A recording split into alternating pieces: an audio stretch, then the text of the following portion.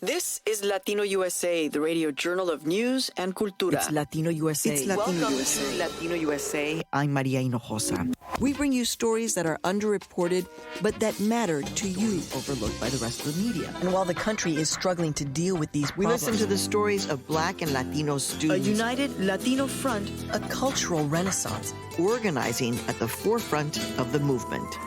I'm Maria Hinojosa. No se vayan. Every time they need a gang member, call a Latino.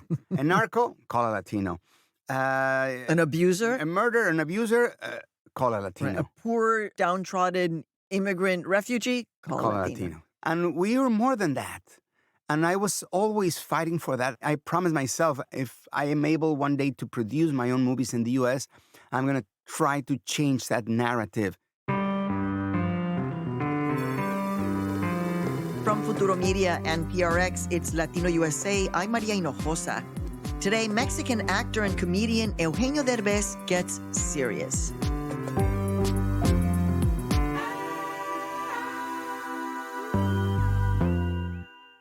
Eugenio Derbez is one of the most famous Mexican artists and comedians of our generation.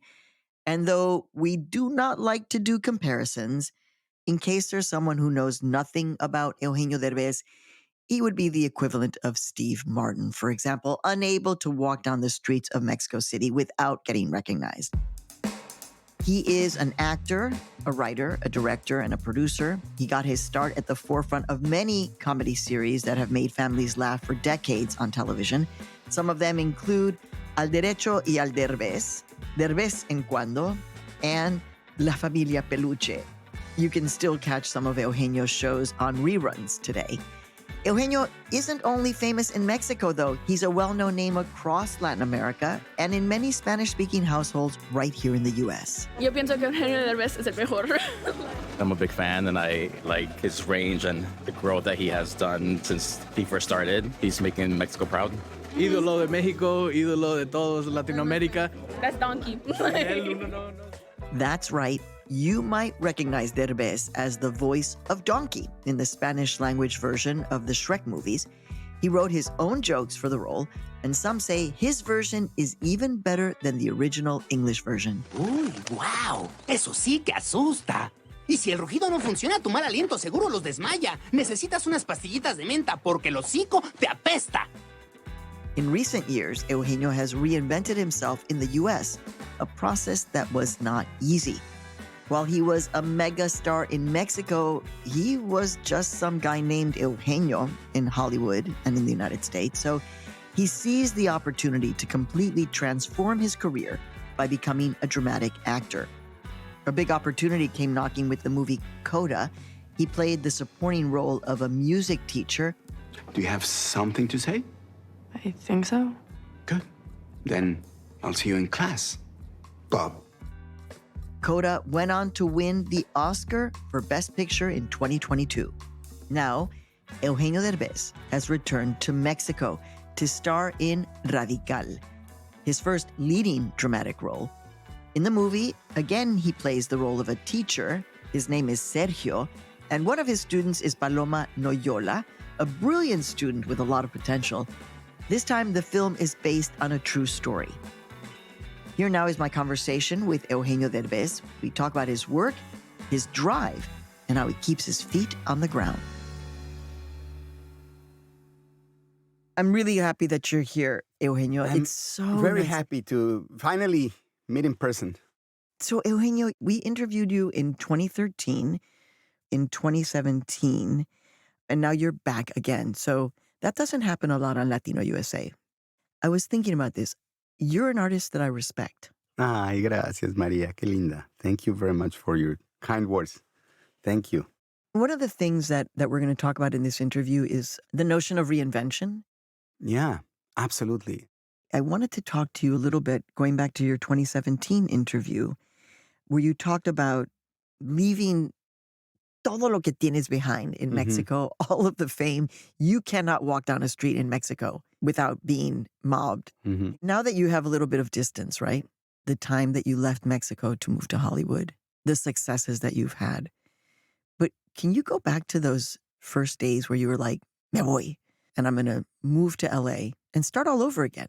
Like, do you remember those emotions? Absolutely. It was hard to process because back then, every time I was traveling to the US for a meeting with an executive producer, for example, in Hollywood, and, at the airport, they were like, Mr. Derbez, here, there, and the whole entourage around me, paparazzis, blah, blah, blah. And then as soon as I landed in LA, it was just me carrying my luggage, asking for a taxi, then arriving to the producer's offices, and they don't even know how to write my name or pronounce it. They were like, what can you write it down? And then sit down, wait. And they kept me waiting there for half an hour. But that helped me a lot to understand that como que me puso los pies en la tierra. Put your feet on the ground. My feet on the ground, because I was aware that I was not more than anyone else. Just that in one country I was trendy. Super famous. And in the other one, it's just a human being. That's it. So it was really hard for me to process that. But at the same time, I enjoyed it a lot. It was like living these two worlds, sometimes in the same day. So it was a very curious experience. One of the things that has happened in your time here in the United States, because it's been, a decade now? A decade now. Okay. So when you move to the United States, you're breaking out of the comedic box and you're doing work that is increasingly more serious, right? So what you do is that when you move to the United States, you form your own production company. It's called Tres Pasos. Tripas. Tripas. No me digas, tripas? Tripas. ¿Ya viste? I'm really getting schooled by you, man. I was tres. Tripas. Oh my God. You guys, so it's TR3PAS. 3 in English and then pass. Oh, three but pass. And because it's a bilingual company, we decided to do that. And tripas, it's guts. Because every important decision that you make in your life is with your guts, with your tripas. Oh my God, is that cool? So part of your ethos, right, of actually trusting your gut is that you say yes to playing the role of Bernardo Villalobos in CODA about a community that is set aside, the deaf community. Yeah. Do you know what Bowie said about Bob Dylan? A voice like sand and glue. There are plenty of pretty voices with nothing to say. Do you have something to say? Then in 2022, CODA wins the Oscar for Best Picture, an extraordinary moment. So, óyeme, Eugenio, when you're just like, oh my God, I'm on the stage at the Oscars, what was that moment like? It was the most unbelievable thing ever in my entire life. I mean, first of all, we didn't expect it at all. And I swear, and let me tell you why. It's easy. We were a small independent movie, but, not big commercial Hollywood names. And the other movies were full of them, like Leonardo DiCaprio and Jennifer Lawrence. The other one was like Meryl Streep. Another one, Al Pacino. Another one, Adam Driver, Lady Gaga. I mean, we were against the biggest Hollywood actors ever. So I was completely sure we're not going to be able to win anything. I mean, there was a part of you that was like, oh my God, wouldn't it be cool if that happened? But it's never going to happen. But I swear, I'm not kidding. I was 100% sure that was not going to happen. So I was actually enjoying. Yeah. When you're in a show and you're always nervous, what if this, what if that? Yeah. I was completely relaxed. It's never going to happen. It's never going to happen. So, and all of a sudden when they said, and the winner is CODA, I don't even remember what happened there. It's like blurred in my mind. I just remember that I'm on stage already with them and remembering that since I was 8 years old, every single year I was always watching the Oscars with my mom. And I was always dreaming. I was always telling my mom, I want to do that. I want to be a storyteller. Ay, qué lindo. So you didn't say, I want to be famous. No. ¿En español? Mamá, yo quiero dedicarme a eso. Yo quiero contar historias como las películas en Hollywood. ¿Cómo le hago para llegar ahí? Because so many people are just like, I want to be on the stage because I want to be famous. No. It was not about fame. It was about movies. I loved going to the movies theaters. And my mom and I every single weekend, we went to see at least 2 or even 4 a day, Dude. Maria. What movie theater would you go to? In Mexico City, there were multi-cinemas, and they were like, the schedule was always like 4, 6, 8, 10. So sometimes my mom was like, let's do 4 p.m., this one 6, this other one 8 and 10. So what I felt every time I was in the movie theater, I was moved by every story that I watched, and that made me fall in love with cinema. And that's when I told my mom, especially when I was watching the Oscars, and I was like, Mom, I want to be one of these guys. I want to be one day an actor or a director. And my mom was really, really kind. She never said, nah, but she was like, I know, my love, but it's really hard. It's a lot of competition there. It's complicated.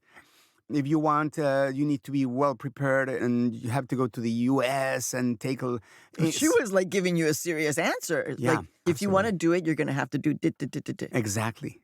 And many, many years later, I was on that stage. So when I was standing up on the stage... And the Oscar goes to... Okay, CODA. There was a moment that I looked up to the sky. I remember. Because I was connecting with my mom. I was like, Mom, here it was like, Mom, I'm here I am many, many years later. And I was like trying to go all the way back to that small apartment in Mexico City. It was very, very touching. What a beautiful story.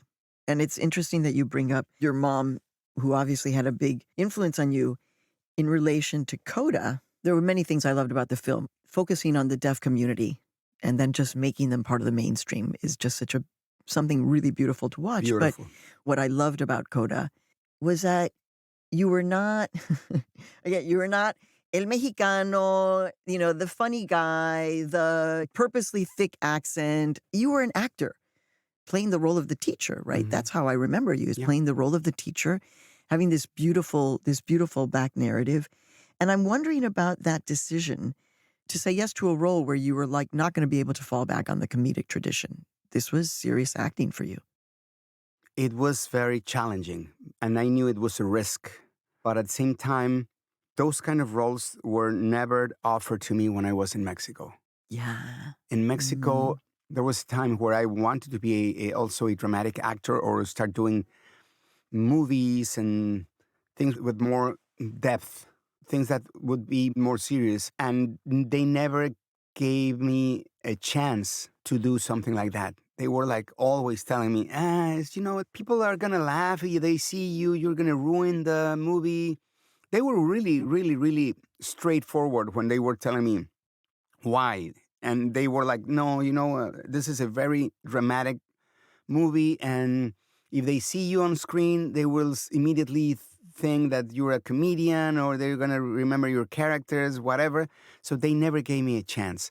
And in the U.S., when they were offering me CODA, for example, I knew that the director, she was not aware of my background or my characters or my TV shows. It was so refreshing. Because you went into the audition just like as an actor. Wow. And because one of the producers told the director, this guy is really popular among Latinos. It would be great. It would be good to have a Latino in the story. What I loved about the character was that, because, every time they need a gang member, call a Latino. A narco, call a Latino.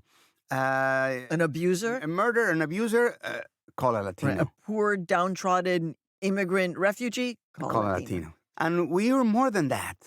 And I was always fighting for that. And I promised myself, if I am able one day to produce my own movies in the U.S., I'm going to try to change that narrative and portray Latinos in a different way. So when they offered me this role, I knew it was perfect for me because it was just a music teacher that happens to be Latino.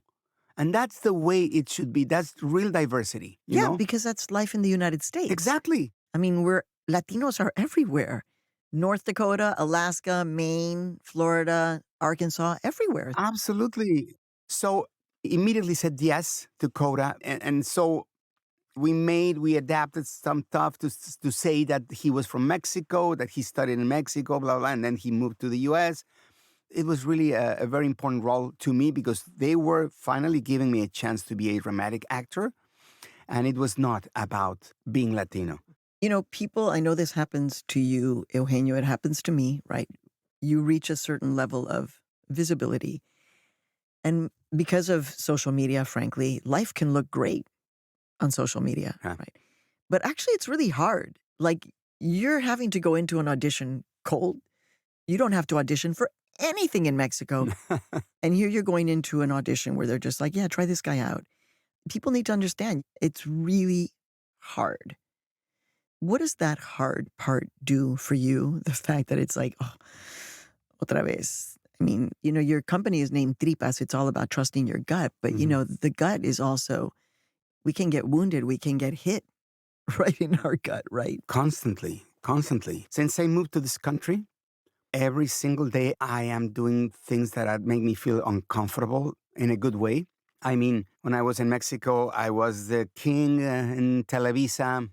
So here, every single day, I'm like, oh my God, I have a meeting in Universal Studios or Paramount or Sony and with a lot of important executives and in English. And English is not my first language, as you can tell. It's complicated. So I'm always like full of fear. It has helped me to be more humble, honestly.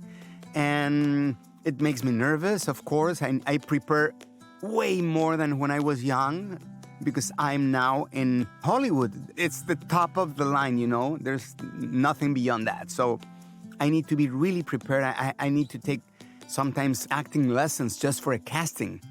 But on the other hand, that's the kind of things that keep me young, that keep me hungry, that make me feel like when I was, 17, 18 years old and I was starting my life and fighting for credibility, a teenager fighting for a place in the world. Coming up on Latino USA, we continue our conversation with Mexican actor and producer Eugenio Derbez and talk about the challenges of taking on a lead role in a dramatic movie. Stay with us, no te vayas.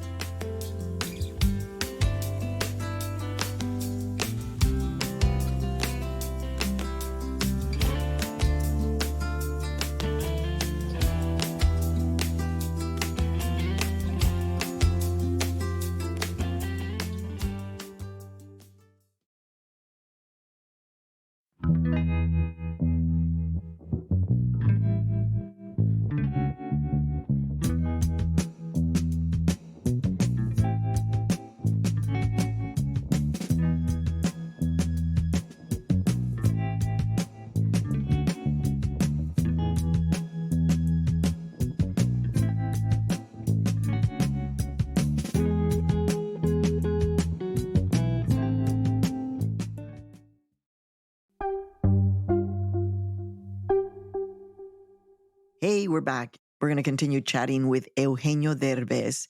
We're talking about his transition from comedy star in Mexico and Latin America to his most recent work, a dramatic lead role in his own movie, Radical.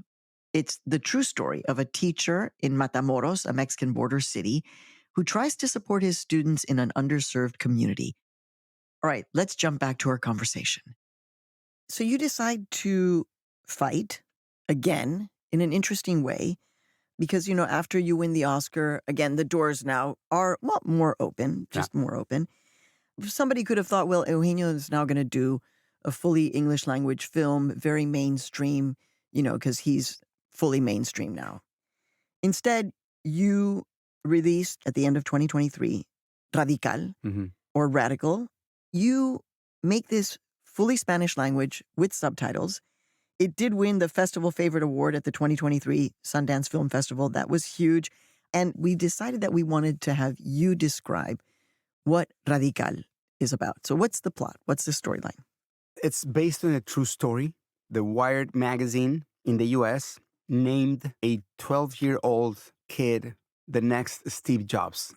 And this is the story of a girl that was born in the trash, that wants to become an astronaut, and that she has the potential to get there. And then I learned that there was a teacher behind this girl and many other things. So I remember I was in 2012 living in Mexico back then. I was watching the news and everyone was talking about that. It was a big moment. It was a big moment in Mexico. La revista estadounidense Wired, que se especializa en temas tales como la ciencia y la tecnología, ha señalado a una persona en particular como la sucesora del fundador de la empresa Apple, Steve Jobs. Se trata de And I was shocked. I mean, how come this 12-year-old girl from a small public school in Matamoros was now named the next Steve Jobs? But they didn't tell a lot about the story, about the background of Paloma. So a few years later, when I moved already to the US, the journalist who wrote the original article came to us and he offered the rights for the movie. And I immediately say, yes, let's do it. I said, this is the kind of stories I need to tell. First, because it's interesting. Second, because I know this is going to be universal. This story could happen in any part of the world and you're going to feel identified. And also because it was the kind of movies that I want to tell in my company. Movies where even though it's a raw, very raw and tough movie, you can see also people like Sergio, the teacher, or Paloma, the student, that are good people, good Mexicans. And I was tired of watching the news and just watching the faces of the narcos or the criminals or the gang members. And we're more than that. So it's time to put the spotlight on the good people too. The interesting thing is, for you in this movie, is that there's nothing between Eugenio Derbez and the audience. We don't see you actually in any comedic form. We don't see you wearing any kind of interesting getup or look at all. It's very, as you said, raw. And it's kind of like, again, this time because it's not somebody else's film, it's your film, it's the comedic megastar who is really choosing to be quite serious. So can you tell us a little bit about that very particular decision again of the United States is a place where you've had to keep yourself grounded. But what about this notion about you, the comedic megastar, really saying, I'm going to be serious? I'm taking it yet another step further than CODA, right? Absolutely. It's intentional. It's completely intentional. And it was actually, this is my first dramatic role starring in a movie. Mm-hmm. Because I've done a little bit, but not much, but some dramatic roles in other movies. But it's just like CODA probably was the biggest role I've got, but I was part of the ensemble cast. Right. This is you. This is me just starring in a dramatic movie. Quizás estoy loco. ¿Estás huyendo de algo? No, solo quería probar algo distinto. ¿Cómo qué? No sé. Sigo tratando de descubrirlo. Probably 2 days before we start shooting, I was having second thoughts. I got cold feet. I was like, what am I doing here? People are going to criticize me. They're going to say, what is he doing here? Qué loco. Qué loco. He should go back to his characters. Exactly. All that stuff that I was like, oh my God. I was so nervous. I thought it was a mistake probably. I thought I should just produce it but not be an actor in it. So I was panicked, honestly. Especially because the director, Christopher Sala, who's been all around the world, he was not aware of Mexico and how they perceive my image there. And so I was constantly fighting with him like, Chris, you don't know, people, they know me really well, so I don't want them to see Eugenio Derbez on screen. I want them to see the character. So I was fighting to put something in my face, like a different hairdo or glasses or something. And he was like, no, I want you just like that. Wow. Yeah. And I felt so insecure. I remember that I was talking to my business partner, and because he was like, if you want, you can talk as a producer and say, no, there's no way, and do whatever you want. I didn't want to because I was like, I've been there, and I don't want to be disrespectful with the director. So now I'm talking as an actor, and I don't feel comfortable, but I need to obey my director. And probably he was right. He was right, absolutely. He was right. And now it's probably one of the most beautiful compliments that I've been reading constantly in social media, that they say, I didn't see Eugenio Derbez in that character. I forgot that it was Eugenio Derbez. And for me, that it was one of the best compliments I've got in my career. So this notion of wanting to do stories based on real life, right? Because you also did the 2016 film Miracles from Heaven. Mm-hmm. But there's, again, it is a quite serious decision for you. I want to do stories that are gritty, very much about ganas, also tripas, guts, desire, being hungry, and based on real life. And why is that? I love stories that are based in real life.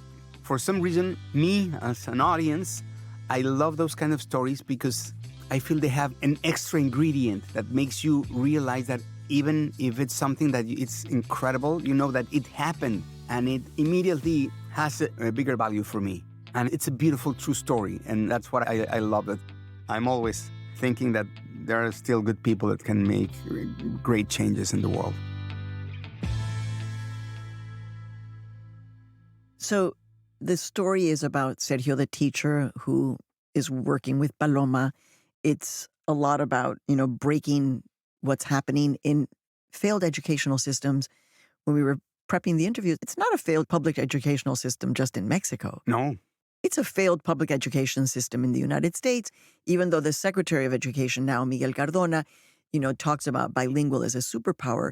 It's a big change, but it's in general, in this country, they're trying to not teach history, right? Like literally change it. Mm-hmm. So one, can you give us a quick update on what's happened in all of the time since Paloma was written about and Sergio was the teacher? Like, what's the quick update? And what do you want people to take away? Well, there are a lot of messages here. First of all, let me tell you what's going on with the real Paloma and the real Sergio. The real Paloma, usually in that kind of environment, in those schools, kids, they don't even finish elementary school. When we were talking to Sergio, one of the worst problems in the school that he was teaching, it was that kids quit in the middle of the year because they have to work, because they have to take care of their families, their little brothers. So mom or dad can go work.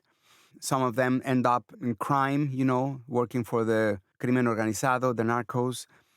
So it's unthinkable that someone would go all the way up to high school. Forget about college. Well, Paloma, she's like 2 or 3 months away of finishing college nowadays. She wanted to be an astronaut, but she ended up in law school because she felt that she would be more helpful to her community by being a lawyer. And right now she's about to finish college as a lawyer. The teacher, when I was shooting the movie and he came to visit, I asked him, "Where are you now?" And he said, "I'm still in the same school, teaching the same grade." And I was like, "But why?" And he said, "After the magazine came out, a lot of people approached me, especially private schools. And they offered me amazing opportunities, a great salary, in a much better place, with a lot of equipment, computers, etc. And I felt that I was betraying my kids by leaving to a better place. So I decided to stay in the same school, in the same grade, because I feel that here is where they need me more." Isn't that beautiful? The lessons we learn from the people that we meet. As a journalist, when people ask me like, "Oh, what famous person?" It's like, no, actually the people who inspire me the most are the people that are just out there doing their thing. Exactly. Whether as artists or as teachers or as people defending their community. Mm-hmm. No, es impresionante. I know. If you look at humanity from the possibility as opposed to humanity as a threat, right? Because you are of these two worlds. Are you hopeful about the United States? Are you hopeful about Mexico? It's an election year in the United States. It's an election year in Mexico. Like, are you feeling hopeful or not? Oh, that's a great question. Not much, honestly. De verdad. Why? Because I remember years ago, we were all excited about some candidates, and there were always differences. And you wanted, I'll go right or left or black or white. But nowadays, in both countries, you don't see like something that you like. You know what I mean? It's not like, I would like this person to be or president in this country or in this other country, I feel that it's like always the same thing. There's not a new air or a big change, and that's what makes me a little bit concerned. I would like to have another option, so we can at least have something different. But nowadays, it feels like everything is the same. And I love both countries because I was born in Mexico, but now I live in the U.S., and I love the U.S. too. And I'm worried about both countries, honestly. Híjole. All right, well, we're going to switch canales. Let's talk about dreams. One of the things that I do, I'm a professor at Barnard College, my alma mater, and I start all of my classes. I ask my students, what's your craziest, wildest dream? Like, I want to be an astronaut. So right now, do you have a crazy, wild dream that you're like, that you're prepared to say? God, for many, many years, it was winning an Oscar.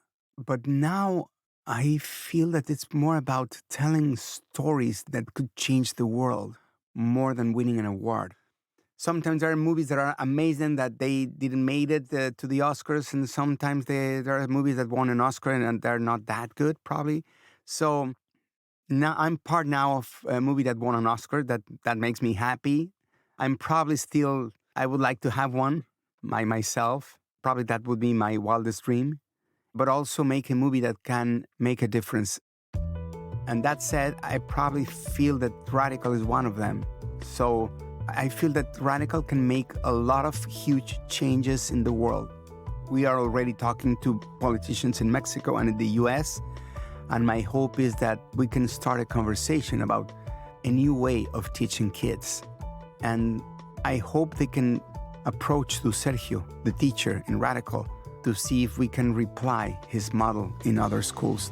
That would be, for me, one of a dream come true, definitely. Eugenio Derbez, it has been so much fun talking to you. Muchas gracias de nuevo to come and visit Latino USA. We love having you on the show, and continued success. Thank you very much. Love you.